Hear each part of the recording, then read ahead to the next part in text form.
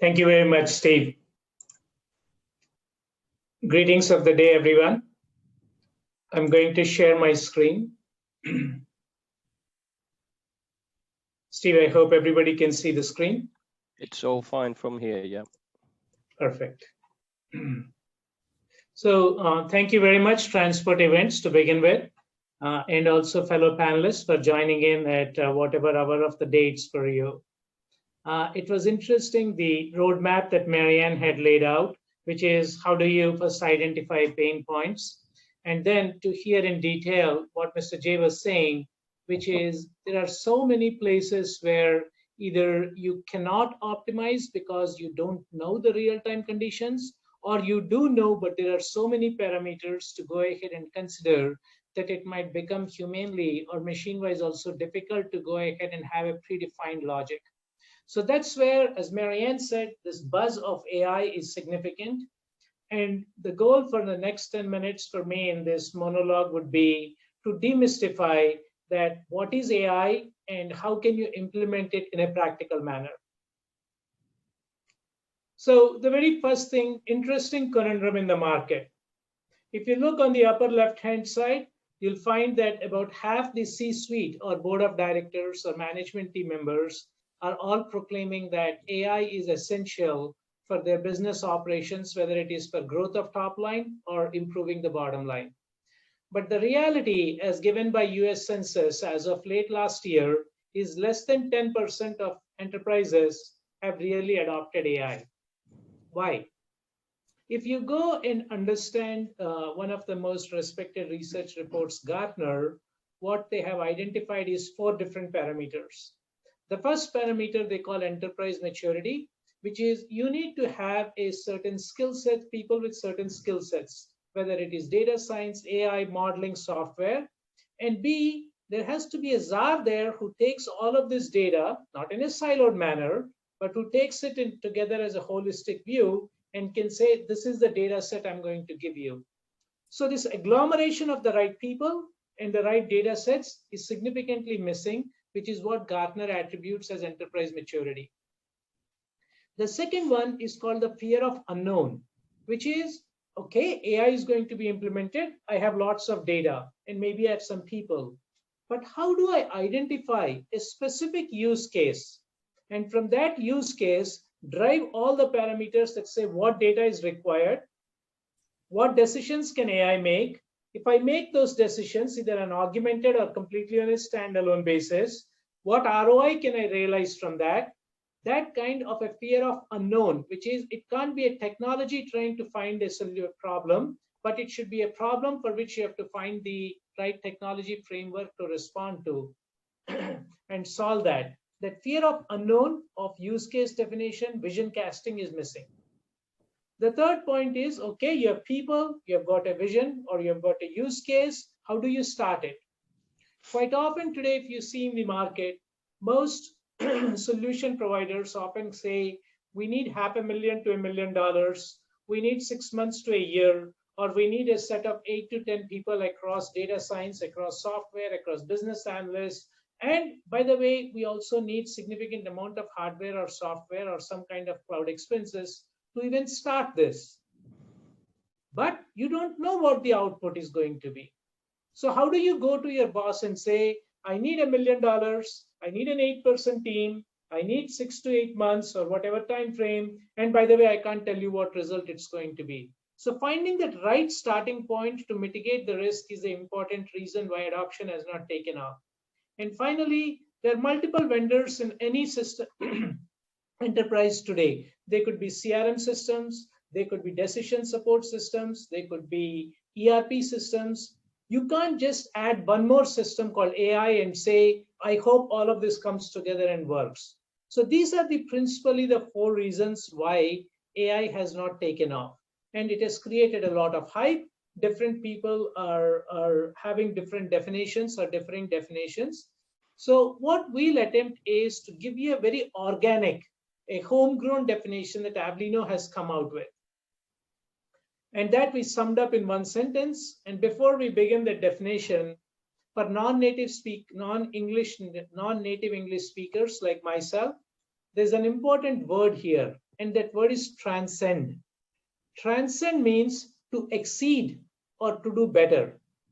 And our definition is AI or artificial intelligence is when you can go ahead and transcend or exceed the capacity of a computational system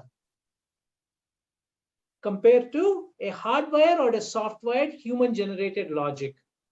And the best example I give to support this definition is if you have driven an automatic car and if you see a deer 50 feet in front of you, and if your foot is on the gas pedal, irrespective of whether the deer is there 50 feet ahead of you or not, an automatic system, if your gas is on the foot pedal, it's going to go and it will hit the deer. That's traditional automation. What an AI generated car or an autonomous car as it's called, what that does is it identifies an object 50 feet in front of you, just like you might find it on the dash of an automatic car, it identifies. But then what it does is it says, although your foot is on the gas pedal, I'm going to go ahead and activate the braking system so that it can stop. And it also calculates at what speed are you traveling, how far is the deer in front of you, based upon that, how hard should I pump the braking system, and should I also swerve to the left or the right based upon the traffic behind me to avoid the deer. And that is, it's able to do that, not because someone sat down and wrote a logic that says, if a deer is there 50 feet in front of you, then you have to do this. The ability of this computational system to ingest all of this real-time data, and then based upon the probability, statistics, differential calculus, all of the ability to learn that it does, it's able to take a decision on its own in an autonomous manner. So AI system is when the machines can go ahead and generate decisions that are better than human wired, human soft-wired or hardwired logic. That's what AI means. Continuing on, let's go ahead and bust some of the myths that are there. First, as I just now told you, AI is not automation, AI is autonomous. Automation takes a decision based upon predefined logic. Autonomous takes real-time data and it can change the logic and take a decision. Second one, from an enterprise perspective, AI is not a project. You can't go ahead and say, I have one task, I'll go ahead and implement AI for that. It's a process. It has to take all the real-time inputs that it can get. It has to take an enterprise business process as a whole. That's why we say it is not a single business function, but traditionally, as Mr. J pointed out earlier, waterside operations will impact yard. Yard operations will impact gate. Therefore, you have to take it as an enterprise-wide initiative. Another important one, it is not a people replacement tool. At least in the beginning, it's an augmented decision support system. That is, the car is not driving by itself in its totality. Even the Tesla car is not driving by itself in its totality. Tesla strongly endorses that a driver has to be there, but it helps to augment the decision support system so that it aids you to drive better or in a more safer manner. It is not self-starting. It does not learn from vacuum. You need to go ahead and learn from the past data, from where 80% of the learning comes, and 20% a human direction is required so that outlier data is taken off or any incorrect data sets are not included. It is not to deploy this. You can't just deploy it on a single server. You need a reasonably comprehensive IT system to aggregate all of this real-time data, put it in one single function, and then cleanse it, bring it into the analytics, do the predictive model. All of this, it requires a reasonable comprehensive IT system. Another important one, many people associate IoT, new data or requirement for new data like IoT sensors or a lot of sensors. No, AI means if I have only 5 data sets, I'm going to take only those 5 data sets and I'm going to go ahead and draw value from it. If I've got 10 data sets, then my granularity of my decision making improves, but now I'll take all 10 data sets. But it does not essentially equate to getting new data. Another thing, it's not new. Today it's called AI, but for someone who has been in this industry for 20 to 30 years, at one point it was called fuzzy logic. Another point of time, it was called statistical process control. Then it became expert systems. There were various ways that statisticians were trying to do it with basic computational, but this is first time when real-time data meets big data analytics, meets AI or modeling have come together. So it's not new, it's an agglomeration of these three skill sets. Most people then say machine learning is AI. No, machine learning is a pre-enablement process. Machine learning means I will throw all of the data at a machine, I will use some probability theory, and I will learn something from that. But that is not AI, that's one function. The learning is one function. Taking a decision, and after you have taken a decision, optimizing it for that business process. So machine learning is a pre-enablement process. The concept of learning and predicting is the core part. And then after you have made a decision, how to optimize it under your constraints, that's optimization. These three things together is called AI. So don't equate only machine learning or optimization to AI. And finally, this is not hype, this is reality. So why is this more prominent now?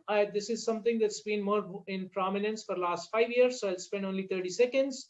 Lot of data coming at a very high velocity, and you can now have computational tools to draw value from it. And more importantly, this is not focus group data, or this is not limited data, this is real-time data. Therefore, veracity or the truth content in the data is very high. And you get a lot of variability. You don't have to look at only your enterprise. Now you've got transparency across the value chain. Therefore, the variability of the data to see how are my suppliers being impacted, how am I being impacted, and how are my clients being impacted, you can take a holistic view. And this data comes in a lot of variety. That is, it can be structured, it can be email, it can be databases, it can be plain text.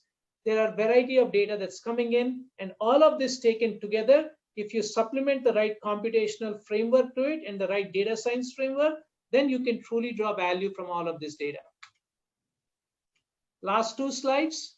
Some of the common mistakes we have seen enterprises when they're attempting AI is they want to bring everything in-house. They want to do the planning, they want to have their own data engineering team, then they're going to have their own DevOps or infrastructure team. But more importantly, they'll try to recruit tons of data scientists who don't understand the business processes. Then they'll try to identify some optimization team members. They'll try to bring all of this in, and that takes 80% of the effort. But truly, what's missing here is, and that's where I commend organizations like one of our clients like ICTSI, they have clearly said, we don't want to be the data science guys. We don't want to be the Spark or analytics guys. We are our domain experts. We want to understand the so what part of it. Therefore, that understanding of the domain and doing the ROI analysis, many organizations are trying to put only 20% of the effort there, or 10 to 20%, and 80% they're trying to reinvent the wheel. Our counsel there, and it does not have to be Avlino or IGO, it can be any of the other vendors, but our best way we have learned is partner with an AI firm who can do all of this data aggregation, engineering, analytics, modeling, and optimization. You partner with them, and your core competence as a user should be about understanding the nuances of the industry. So that's our objective view of how you can realize AI. And the very last slide, what are the risks associated in deploying AI? The first and foremost, data dependency. Many organizations ask, why do you need 2 years of data? Because there is cyclicality, there is seasonality. Unless we know what's in every industry is prone to cyclicality or seasonality. So you need to know what's happening in summer, winter, spring, fall, whatever be that. How are population trends impacting it? Or maybe demographic shifts might be impacting. Maybe trade patterns are impacting. Therefore, getting a 2-year data for the machines to learn properly is important. Second is, it's also a cost function. What do I mean by it? Don't go ahead and think that AI has got to be at 100% accurate. When we humans are not 100% accurate, why should we expect machines to be? Use the 80-20 rule, which is it's easy to go ahead and get up to 80% predictability by machines. Don't try to get the last 20%. You'll have significantly higher costs related to that. The third thing is interpretability. As I said before, don't try to hire as an end user your own Bayesian network engineers that can understand Bayesian networks or neural nets or gradient boost techniques. That's difficult. You should have people who can interpret the results. And that too, when you're interpreting the results, please don't fall under one folly, which is don't try to analyze every action. AI takes a step back And as one of my colleagues will later tell you, it caters to the longer term vision of the company. Therefore, sometimes you do compromise some short term gains for long term gains. Therefore, don't try to unravel every immediate decision taken by an AI. Step back, have an objective measurement of the metrics, success metrics for your enterprise for deploying AI, and look at those metrics rather than trying to analyze every action of AI. The next one, domain knowledge. AI is about, as I've said, where data science meets big data or data engineering meets domain understanding. Therefore, it's imperative for you as an end user to work collaboratively to part with your domain knowledge. And last point, don't, even if we as Avlino or IGO promise, it will take you 3 to 6 months before these models learn, tune, and start getting the results. Therefore, don't expect results in 3 weeks or 4 weeks. Post deployment, expect it will take you 8 to 12 weeks for initial positive results and 12 to 24 weeks for the final results. That's some of the learnings we have had over the course of past 3 years of deploying AI solutions.